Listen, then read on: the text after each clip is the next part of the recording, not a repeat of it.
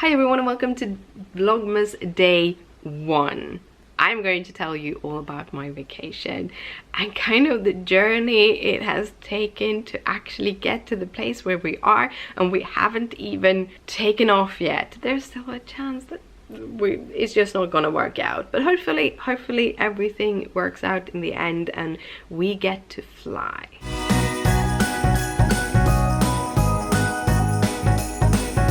Where are we going? We are going, drumroll, Florida. We're going back to Florida. We're going to Orlando. We're gonna go to Disney World. We have 4 nights at 5 days at Disney World. It's just gonna be awesome. But everything started in September when the US announced that they were going to open the borders for European non-essential people, travelers. Yeah, that's probably what I meant, which means basically tourism.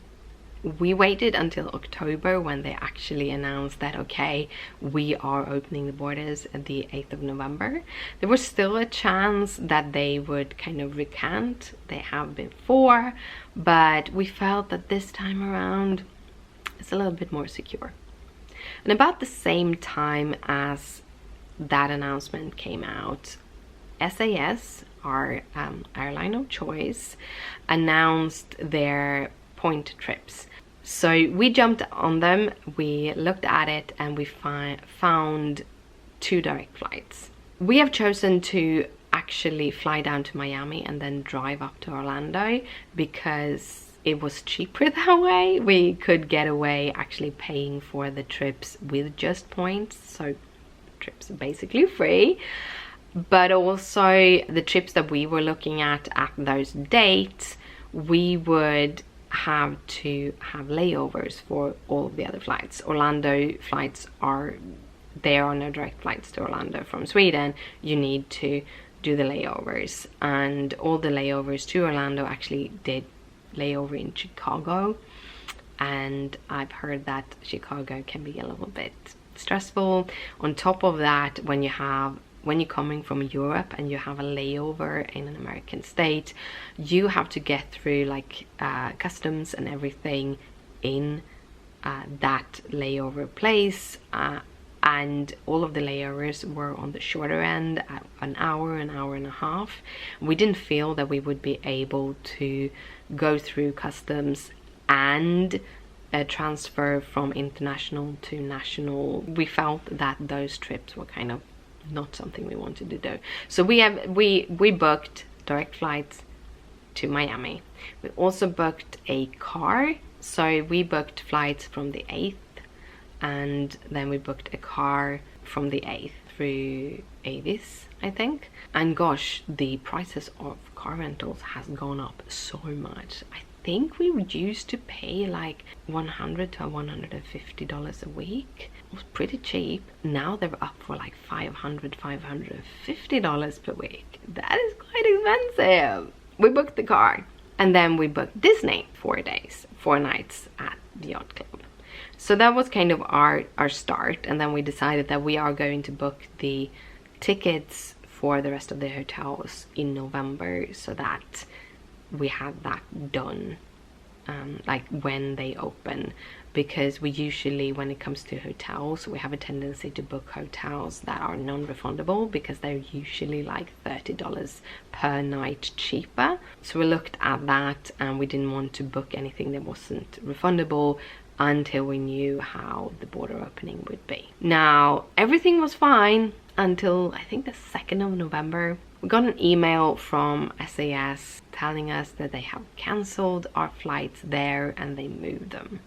The way SAS works when it comes to if a flights get cancelled, they have an automatic system that will just reroute your booking to the nearest available flight. And in this case, it ended up being the day after, on the 9th. And it ended up being a flight that would be with a layover in Copenhagen. The layover were, again, they are very short. They're like 1.5 hours. And we have had those kind of short layovers before. they are so stressful. We rather have multiple hours having to go around at the airports than just like having to run to catch the next flight and having the chance of missing it. We knew that we needed to move that, and according to their website, when your flight gets cancelled by SAS, they will for free move your flight to any close day, and you don't have to take the one that they do. You have 15 days from your email to actually move your flight however you want. Everything was like, yeah, it was stressful, and we felt a little bit, what are we gonna do? As soon as I could, I called up SAS. I talked to a very, very nice man who told me that, yeah, you can move your flights however you want. But I realized that I couldn't rebook the flights without talking to Christopher. We had to kind of figure out any plans. And we had been looking at hotels a couple of days before, and Christopher had felt that my way of doing it was very disorganized. So we had put together a Excel sheet of all of the hotels that we were looking at, and like how much they would cost, and how much a car their parking would cost, and all of those things, so we could kind of calculate the total cost. So I decided, while Christopher was at work, to put together an Excel sheet with all our possible flights, like pros and cons, and how we wanted to do it. When I was looking at it, my preferable way would be to take a flight the 6th, because that was also a direct flight. However, that would mean that we would need 2 more hotel nights. We would need to move our car, and when I looked at the rental to actually move our car, we would need to pay about $500 more just for 2 days. So it would be very expensive for us to do it that way, and we were not sure if that was the way we wanted to do it, but I felt kind of that was the ideal one. However, Christopher came home, we sat down, and we realized, or he realized, that if we would take a flight on the 7th and just look at the 7th as our complete travel day, book a hotel on the airport in Miami, we would need to rebook our car, and all the extra cost would be 1 more night at a hotel. So we decided that that was what we wanted to do, and I sat down, I called up SAS, and this time I got this extremely grumpy, like I was really nice about this, but she was really like angry and grumpy and upset. And when I said that I wanted to move our flights, and I told her where I wanted to move it, and she's like, no, I can't do that because the connecting flight is this, and the connecting flight is United Airlines, and we don't do that. And I know that they do it because United Airlines is Star Alliance, but she's like, no, I can't do that. I can't do that. And she's like, you should just wait a little to see what happens. And it's like, they already moved our tickets to the 9th. So even if they would get the 8th flight back at a later stage, we wouldn't move to that one. We would still have our flights on the 9th. So I didn't understand her idea of just waiting a couple of days. We ended that whole conversation like we should have asked for our manager, but it was late in the evening. We were both a little bit grumpy, so in the end we decided to just end the phone call and call up the next day. So next day I started very early. They opened their phones at 7, so I called directly in the morning. It took a couple of tries to even get through because I was a little bit too early, so their whole system hasn't started. But when I had to sit in a phone line for like half an hour, 40 minutes again for the 3rd time. So I did like 2 hours of phone lines in total on those 2 days. But we met this the person in the phone. She was this young girl, and she was super helpful and super nice, and she moved our flight to the 7th.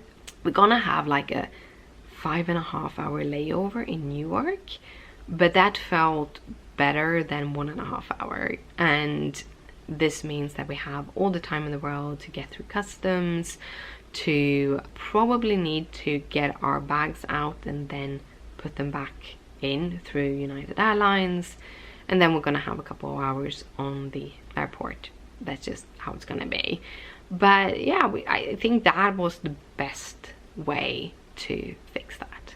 With all the flights done and everything, it felt like, okay, now we can sit down and we can order our hotels. And this was also like, this wasn't as a big of an issue, but it's still, it ended up being okay. So we had our eyesights on one of the hotels. We had gone through the hotels over and over again, and we were kind of weighing the different benefits. Some of the hotels had food courts connected to them, so there would be easy to get food. We had a year when we were in California, we had issues finding food on, I think it was Christmas Day, or if it was Christmas, or if it was both of them. So we don't want to be in that situation again, and having restaurants at the hotel usually helps that you can get that food there. So we did want to have food, so we kind of weigh that. Do we want to be have the hotel with a food court, which is a little bit cheaper hotel, a little bit lower quality? Again, all the hotels are Marriott, because Marriott is our choice of hotels. Previous years we have tried Carlson and we have tried La Quinta, and both of them are really nice for being like more affordable. They have free parking, they have free breakfast. However, many of those hotels are like around airports or way out, so you don't have the local shopping and stuff. You have to drive pretty far to get anywhere. But Marriotts are usually a little bit closer to society life, restaurants, food, shopping, all of those things. So we have chosen Marriott, and we've been traveling and living at Marriott hotels for a couple of years now. Even got a point night at the hotel here in town when we came up here visiting, so that was all paid for by points, which felt really awesome. We did kind of got it down to 3 different hotels that we wanted. 2 of them were actually in the same little community, and they were on each of a side of the motorway. They were about the same length from a little mall. We would say it's walking distance, but it's probably 20 to 30 minutes walking distance. But there were a road being able, so you could walk there if you want to. So that might be something we will do. Anyhow, we decided on one of the hotels. This is where we want to be. And just as I was going to order it or book it, they were all booked out for the time that we wanted to be there. And I was devastated. Like, we had finally chosen one and they were booked out. We went through the other choices that we had and finally decided on one, and we booked it. Now, as it just happened, the hotels were not the non-refundable was actually not cheaper than the just normal ones. So we booked a normal room cost, which was refundable all the way up, I think, 24 hours before the time we're gonna be there, which was really, really great. And just before I went to bed, I kind of did a second search, and I found that the hotel we wanted to be at, it was just one of the nights. Now, I don't know why it was fully booked 3 hours before, and now it was like just one of the days that we wanted to be there that was booked, and the rest of them was free. But we didn't do anything. But I had the anxiety, total anxiety about this, because I really wanted to be at that hotel. Like, it seemed to be awesome. So in the morning, the next morning, I'm like, I'm gonna check once more, and it was totally open. So I'm like, Christopher, it's open, we can book it now. So we did. Now this is a funny thing with the website. Now I'm pretty sure what happened, like tech wise, what happened. But the thing was, I opened up the orders in one browser tab that we already had. We have three different bookings. And then I opened up the new hotel in the other one. So I booked the new hotel in another tab. And when everything has gone through and everything was booked, I went back to the tab I was open. I didn't reload it though. I didn't reload it. I went into the hotel that was the hotel that we didn't want, and I unbooked it. However, what ended up happening was that I booked the nice hotel and then I unbooked the nice hotel. And I think that they doesn't book on ID, that they book on when you unbook your hotel, they have like an array of the hotel. And when we booked the new hotel, that ended up being at the bottom of the array. But when I went into the previous browser, the hotel that we wanted to remove was at the bottom of the array. So they just removed the hotel that was at the bottom of the array, not the hotel that we wanted to be unbooked. I think that happened. So I got very, very stressed. It took us like half an hour to figure out what had happened. Like I had reloaded that page and I'm like, this is still here and the new hotel isn't there. And then we went into Christopher's email and figured out that, oh, it's the same hotel that we booked and then unbooked, basically. Cancelled. That is the word, cancelled, not unbooked, cancelled. Anyhow, this time around I went into the new hotel. I booked it for those days that we're gonna be there. I went to our bookings, so I saw all 4 of the hotels. I stepped into the one that we didn't want anymore. I cancelled that, and this time everything went all through. So that was the story about the booking. But you know what? That doesn't end there. I'm telling you, a part of me wonder if it is like a sign from above that we shouldn't travel, but at the same time I've been so looking forward to this vacation, so I'm really, really, really hoping that everything is gonna be all right in the end. Up rolls the 11th of November, and our friend that was going to take the kitties tells us, I'm really sorry, but I can no longer take them. And like, she has all the right reasons, and I'm not upset with her. Like, it's our kitties and it's her home, so it's totally okay.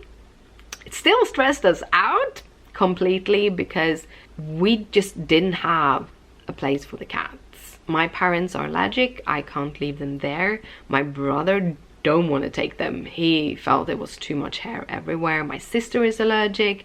Chris's parents are going to travel. His brother doesn't want cats either. They don't want animals.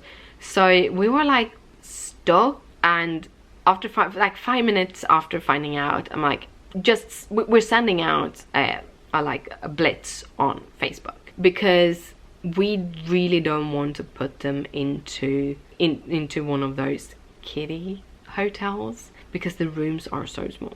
And Gizmo and Leia, especially Gizmo, he needs a lot of bodily contact, he needs to cuddle a lot, he needs very much social life, and I don't think that Gizmo and Leia would be able to be in the same room. I think they would fight with each other.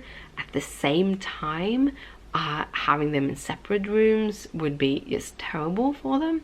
So yeah, really don't want to put them there. We did have like ideas that if Facebook would fail, maybe we could kind of see if the people at our offices maybe would want to have cats. I know that I have a couple of co-workers that really love my cats. I do like kitty cam on certain meetings just so that they can see the cats and they can be very happy. I like people smiling because you trick your brain and you become a little bit happier. Facebook did pan out. That was just awesome. I have a friend, I never met her in person, but we've been friends, I think, through a cottage group for years, and friends on Facebook basically. And she's Swedish. She lives 4 hours from Stockholm though, but she said we can take the kitties. We don't have animals at the moment, but we used to have both cats and dogs. It was like big weight just flew away. I am so appreciating that she did this. It's her and her son, and hopefully Gizmo will like them and it will work out. Gizmo is gonna be in a home and they're gonna have people who are gonna give them love and cuddles. So I'm super happy about that. Everything is done. It's a little bit more organized than it usually are this time around, and I think that is how it's gonna have to be in the future too.